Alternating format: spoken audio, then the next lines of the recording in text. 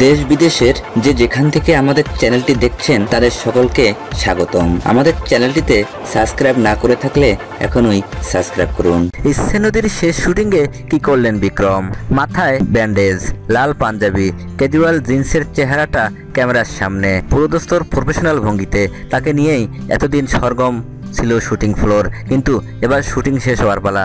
তিনি বিক্রম চট্টোপাধ্যায়। গত 29 এপ্রিল লোকমলের কাছে গাড়ি দুর্ঘটনার মৃত্যু হয়েছে মডেল সোনিকা সিংহ চৌহানের। সেদিন চালকের আসনে ছিলেন বিক্রম। তারপর থেকেই বিক্রমের ব্যক্তিগত জীবনে যেন ঝড় বয়ে গিয়েছে।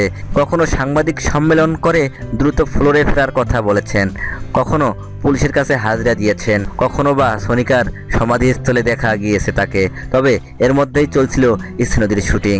ওই ডেইলি সোপে বিক্রমই ছিলেন মূল চরিত্রে। গাড়ির দুর্ঘটনার পর হঠাৎই সিরিয়ালটি বন্ধ করে দেওয়ার সিদ্ধান্ত নেওয়া হয়। সিরিয়ালের গল্পেও দেখানো হয় গাড়ি দুর্ঘটনার গল্প। যদিও কর্তৃপক্ষ দাবি করেছিলেন গল্পের নিয়ম মেনেই সিরিয়ালটি শেষ হচ্ছে, কিন্তু নাম প্রকাশে অনিচ্ছুক ইন্ডাস্ট্রির একটা বড় অংশ মনে করছেন বিক্রমের দুর্ঘটনা ও সোনিকার মৃত্যুতে বিষয়টি জটিল হয়ে যাওয়ায় তড়িঘড়ি সিরিয়ালটি বন্ধ করে দেওয়া হচ্ছে। বিক্রমকে নিয়ে যে শুটিং ফ্লোরে চাপা ফিসফাস চলছিল তাও ঘনিষ্ঠ মহলে বলেছেন অনেকেই, কিন্তু এ নিয়ে কেউই প্রকাশ্য মুখ খুলতে নারাজ।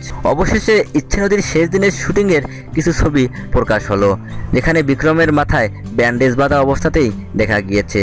যদিও একটি গ্রুপ ছবিতে তিনি চেনা মেজাজেই ফ্রেমবন্দি হয়েছেন। ভিডিওটি ভালো লাগলে লাইক দিন, অবশ্যই কমেন্ট করে জানাবেন। এমন ভিডিও ভিত্তিক আরও খবর পেতে আমাদের চ্যানেলটিতে সাবস্ক্রাইব না করে থাকলে এখনই সাবস্ক্রাইব করুন। ভালো থাকুন, সুস্থ থাকুন, ধন্যবাদ।